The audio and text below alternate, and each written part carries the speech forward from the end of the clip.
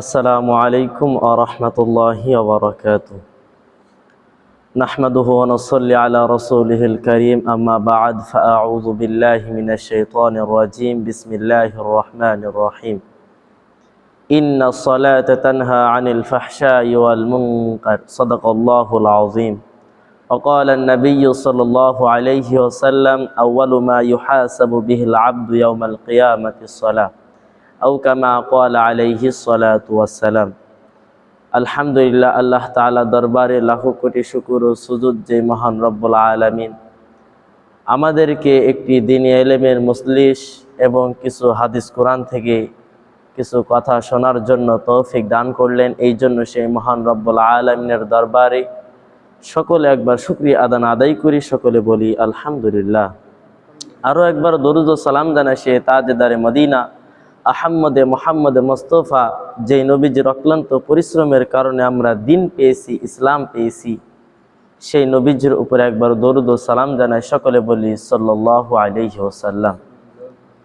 প্রিয় দর্শক মণ্ডলী, আজকে আমাদের যে আলোচনার বিষয়বস্তু সেটা হলো যে আমাদের মুসলমান উম্মার জন্য আল্লাহ পাক রব্বুল আলামিন যে কাজ আদায়ের জন্য আল্লাহ তাআলা এই দুনিয়ার বুকে আমাদের প্রেরণ করেছেন, যে আল্লাহ তাআলার ইবাদত, আর এই ইবাদতের ভিতরে মূল স্তম্ভ হলো যে এই নামাজ। এই নামাজের গুরুত্ব ও ফজিলত সম্পর্কে আজকে আমি আলোচনা করব ইনশাআল্লাহ। প্রিয় দর্শক মণ্ডলী, এই নামাজের গুরুত্ব আল্লাহ পাক রব্বুল আলামিন এবং নবী করিম সাল্লাল্লাহু আলাইহি ওয়াসাল্লাম নামাজের গুরুত্ব এত বেশি তিনি দিয়েছেন যে আল্লাহ তাআলার অন্যান্য যত ইবাদত রয়েছে আল্লাহ পাক রব্বুল আলামিন কিন্তু অন্যান্য ইবাদতের ক্ষেত্রে এত গুরুত্ব দেন নাই। যদি আল্লাহ পাক রব্বুল আলামিন এই নামাজের বিষয়ে যদি গুরুত্ব নাই দিত এবং নবী করিম সাল্লাল্লাহু আলাইহি ওয়াসাল্লাম এই নামাজের বিষয়ে যদি তাকিদ নাই দিত, তাহলে নবী করিম সাল্লাল্লাহু আলাইহি ওয়াসাল্লাম হাদিসের ভিতরে বলতেন না যে আউয়ালু মা ইউহাসাবু বিহিল আবদু ইয়াওমাল কিয়ামাতিস সালাহ।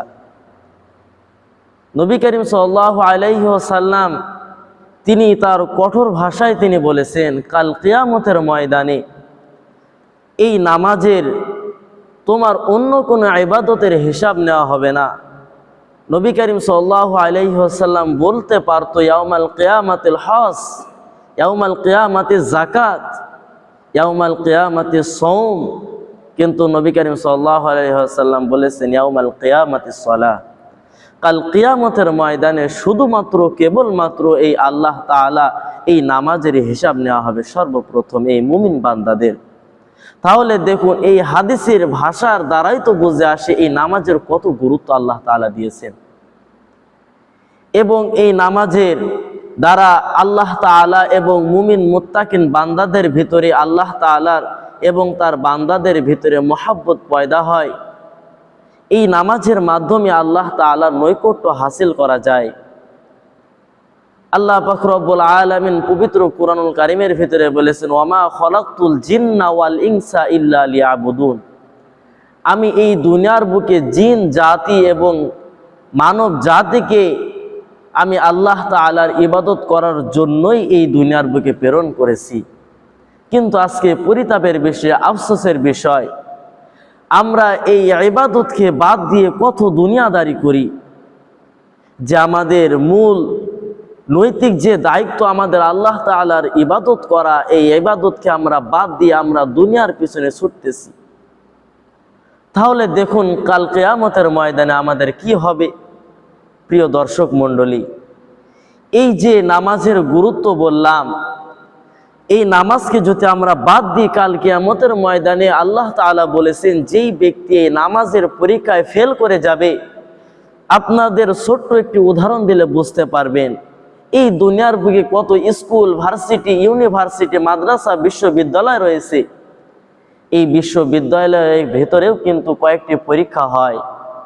এই পরীক্ষায় যেই ব্যক্তি উত্তীর্ণ পাশ করে, এই মাদ্রাসার এবং স্কুলের প্রিন্সিপালেরা তাদের পুরস্কার স্বরূপ সান্ত্বনামূলক কিছু পুরস্কার দেয়। ঠিক আল্লাহ তাআলা এই দুনিয়ার বুকে আমাদেরকে পরীক্ষা স্বরূপ পাঠাইছেন, কাল কিয়ামতের ময়দানে যদি নামাজ নামক পরীক্ষায় যদি আমরা পাশ করে যাই, আল্লাহ পাক রব্বুল আলামিন আমাদের পুরস্কার স্বরূপ জান্নাতুল ফেরদাউস নসিব করে দিবেন। সুবহানাল্লাহ। প্রিয় দর্শক মণ্ডলী, তাহলে দেখুন এই নামাজ পড়লে আমাদের কাল কিয়ামতের ময়দানে কি হবে। এই নামাজ আদায় করে যদি আমরা কাল কিয়ামতের ময়দানে যদি এই নামাজের সঠিক যদি হিসাব দিতে পারি, তাহলে আমাদের জীবনটা কামিয়াবি হয়ে যাবে। প্রিয় দর্শক মণ্ডলী, কিন্তু আজকে আফসোসের বিষয় আমাদের বর্তমান অবস্থা দেখুন। আজকে আমরা রাত 2টা 3টার সময় খেলা দেখার জন্য জাগ্রত হয়ে খেলা দেখতে পারি, কিন্তু আমাদের আফসোসের বিষয় আমাদের এই নামাজ পড়ার জন্য আমরা কোনোদিনও তাহাজ্জুদের সময় জাগতে পারি না। প্রিয় উপস্থিতি, প্রিয় দর্শক মণ্ডলী, আমার পক্ষ থেকে আপনাদের সকলকে আকুল আবেদন, আল্লাহ তাআলা আমাদের যে মূল ইবাদতের জন্য আমাদের এই দুনিয়ার বুকে প্রেরণ করেছেন, এই ইবাদতকে ঠিক রেখেই আমরা দুনিয়াদারি করব। আল্লাহ পাক রব্বুল আলামিন আমাদের সকলকে আল্লাহ তাআলার যে 5 ওয়াক্ত বিধান রয়েছে, এই সকল বিধানগুলো আদায় করার তৌফিক দান করুন।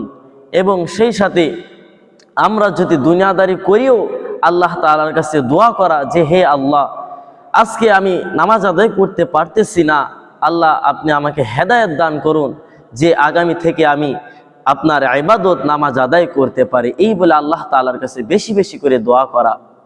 এই নামাজ যদি আমরা আদায় করি আমরা দুনিয়াতে উপকারী। যেমন এভাবে আল্লাহ পাক রব্বুল আলামিন কোরআন কারীমের ভিতরে 21 নম্বর পারার 1 নম্বর পৃষ্ঠায় 2 নম্বর লাইন আল্লাহ তাআলা বলতেছেন, ইন্না সলাতা তানহা আনিল ফাহশাই ওয়াল মুনকার, নিশ্চয় যেই ব্যক্তি নামাজ আদায় করে, আল্লাহ পাক রব্বুল আলামিন স্পষ্ট ভাষায় বলতেছেন, সেই ব্যক্তি কখনো ফাহিশা এবং অশ্লীল কাজের ভিতরে লিপ্ত হতে পারে না।